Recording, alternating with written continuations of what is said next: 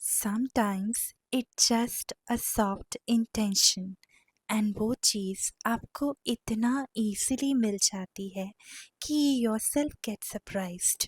और मेरे साथ वही हुआ। फिर से दिल में एक छोटी सी ख्वाहिश थी कि कभी जगन्नाथ जी के दर्शन कर पाऊं, लेकिन पता नहीं था कि कैसे होगा। पुरी की सीक्रेट एनर्जी को फील करते हुए मंदिरों और समुद्र के बीच मुझे ऐसा लगा जैसे आज वो मिल गया जो दिल ने खामोशी से चाहा था। जय जगन्नाथ। Hello everyone. तो आज हम जा रहे हैं भुवनेश्वर, क्योंकि मेरी एक मेडिकल कॉन्फ्रेंस है। और सच बताऊं तो मेडिकल कॉन्फ्रेंस तो एक बहाना है। रियलिटी ये है कि अंदर से बहुत दिनों से मन था कि भगवान जगन्नाथ के दर्शन हो जाए, और फाइनली वो मौका, वो अपॉर्चुनिटी मिल गई। क्योंकि शायद भगवान हमें खुद ही वहाँ से बुलावा दे रहे हैं, और ये हमारे इतने सौभाग्य हैं कि हम निकल पा रहे हैं भगवान के ओर भगवान की इतनी प्यारी नगरी की तरफ। और ये सोचकर मैं और मम्मी इतने खुश हैं, जब से ये अपॉर्चुनिटी मिली है, जब से ये बात पता चली कि हम जा सकते हैं। तो अंदर से इतना खुशी हो रही है, मतलब आज तो हमारी खुशी की सीमा ही नहीं है, क्योंकि फाइनली हम वहाँ दर्शन करने जा रहे हैं जहाँ पर लोग हमेशा कहते हैं कि वाह, चार धामों से में से एक धाम है। और वहाँ के दर्शन करने ही एक अलौकिक एक्सपीरियंस है। और यही सब बातें लोगों से सुनी, देखा। और सच में भगवान को जब हम टीवी पे भी देखते थे तो एक अलग ही अनुभूति होती थी। तो वो सब बातें दिमाग में चल रही थी, और this is how we are here in the plane. और plane has taken off and we are in the air now. Then here is it, the Bhubaneswar airport. हमने लैंड कर लिया है यहाँ पर। एंड हम अपनी कैब ड्राइवर को, he was already there. And ये खूबसूरत सा नज़ारा कार में, and the beautiful city, here it is, it's Bhubaneswar. Conference मेरी यहीं पर होगी।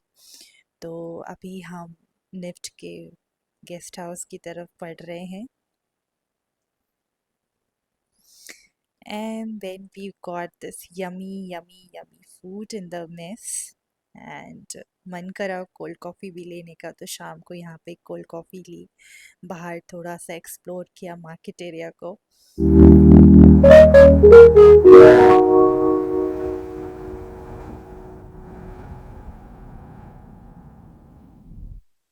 हेलो एवरीवन, आप सबको राधे राधे। और हम हैं अभी भुवनेश्वर में, और ये व्लॉग है जगन्नाथ के दर्शन के लिए। और अभी हम जगन्नाथ के दर्शन के लिए निकल रहे हैं, और मैं कोशिश करूँगी कि ज़्यादा से ज़्यादा चीज़ें मैं कैप्चर कर पाऊँ, जितना भी अलाउड होगा वहाँ पर कैप्चर करने को मिलेगा। I will show you everything, जो भी मुझसे बन पाए पड़ेगा। और जो भी स्टोरीज़ होंगी behind the place, I will try to know them and tell them in the vlog as सिफ। तो फिर चलते हैं जगन्नाथ के दर्शन करने। और यहाँ से ऑलमोस्ट 60 किलोमीटर्स है, ऐसे बता रहे हैं। तो हमारे कैब वाले भैया आने वाले हैं, और फिर हम बैठते हैं और we'll go to Puri Jagannath के दर्शन के लिए। और भी कुछ जो प्लेसेस होंगी नियर बाय, अगर हो पाएगा तो वो भी चलेंगे। जितना भी हो पाएगा वील गो देयर। देन अब निकलते हैं, सो लेट्स गो। तो अब हम चल रहे हैं भगवान जगन्नाथ जी के दर्शन के लिए, और रास्ते में हम और भी मंदिरों के दर्शन करते हुए चलेंगे। और यहाँ पर शिव जी का भी एक बहुत ही खूबसूरत सा मंदिर है, वहाँ के दर्शन करेंगे। साथ ही दूसरे मंदिरों के दर्शन करते हुए हम भगवान जगन्नाथ की ओर चलेंगे। ये भगवान शिव जी का यहाँ पर मंदिर है। यहाँ से दर्शन करने के बाद अब हम आगे बढ़ रहे हैं। अब मैं भगवान जगन्नाथ के इस पवित्र धाम के बारे में कुछ बताना चाहती हूँ जो कि मैंने यहाँ पर सुना है, पढ़ा है।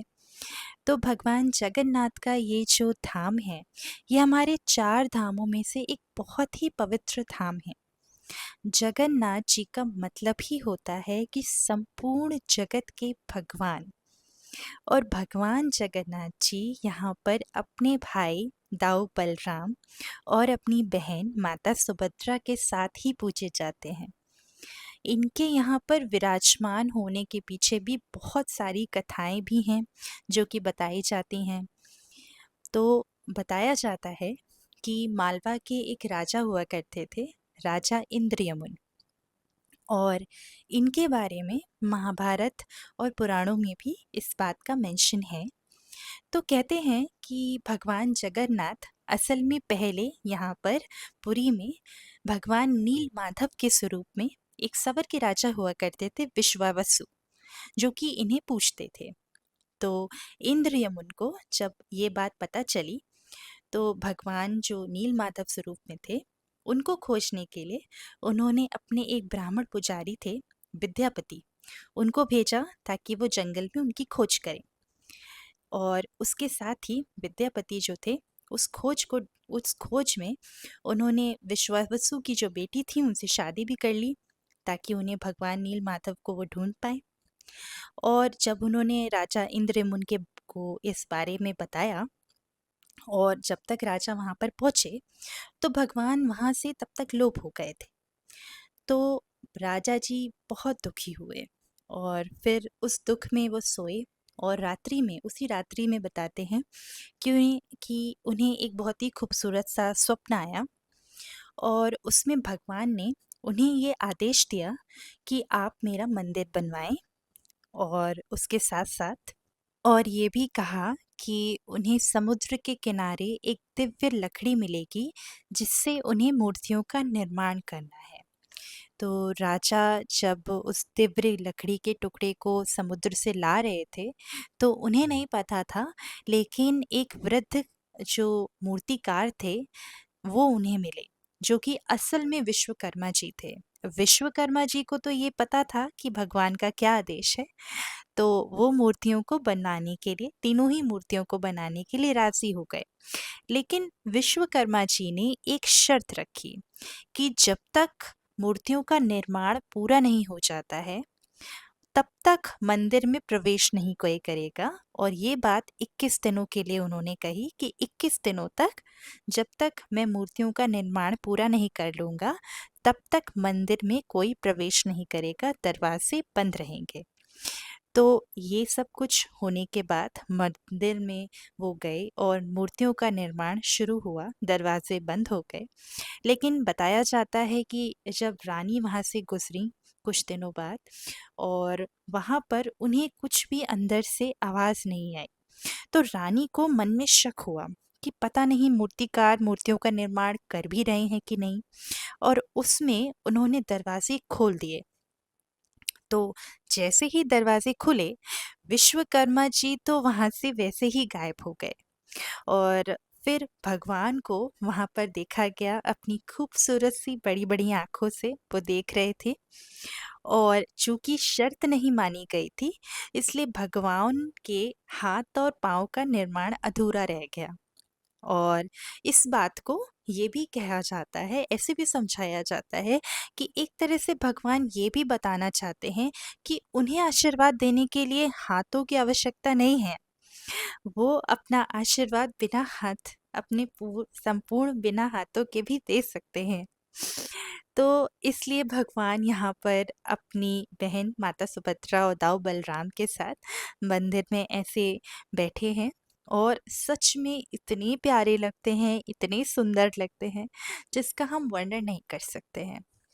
तो ये बात थी भगवान का वहाँ पर कैसे निर्माण हुआ, भगवान वहाँ पर कैसे पहुँचे।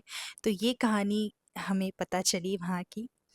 और अब मैं यहाँ पर निकली हूँ। हमने बहुत सारे ब्यूटीफुल ब्यूटीफुल प्लेसेस विज़िट करे थे, सन कोणार्क भी एक था। और आज ये मेरी कॉन्फ्रेंस का डे 1 है और यहाँ पर मैं आ गई हूँ।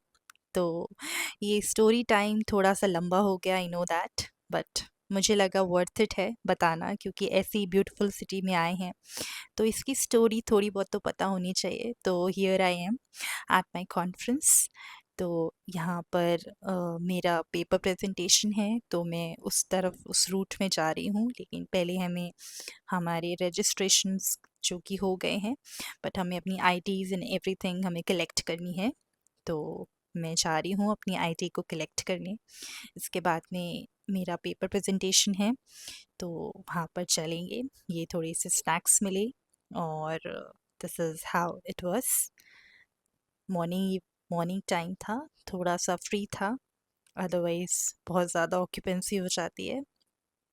एंड फिर यहाँ पर here I am presenting my paper.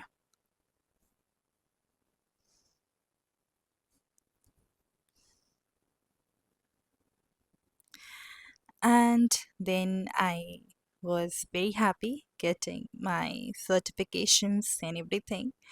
फिर यहाँ पर हमारी dental expo लगती है. We get a lot of good things we can purchase here. We get what is trending, and it's overall a good exposure for us, the community. तो yes, after that आप ये lunch time start हो गया है, heading towards my lunch here.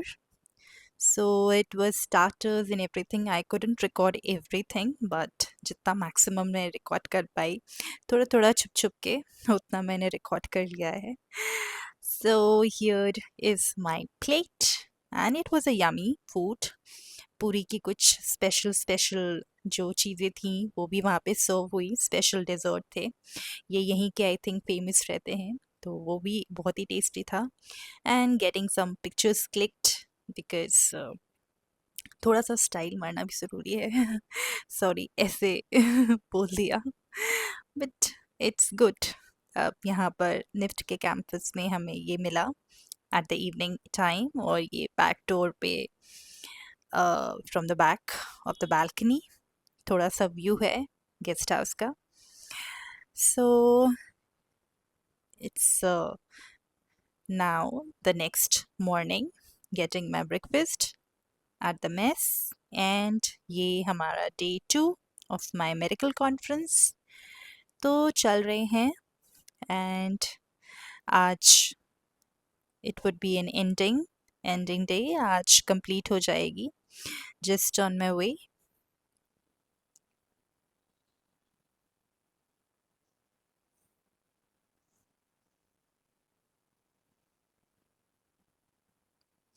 And after the conference ended, I wasn't able to record everything, but Puri की ये favorite एक plate हमें थाली मिली वहाँ पर, वो हमने ज़रूर ली.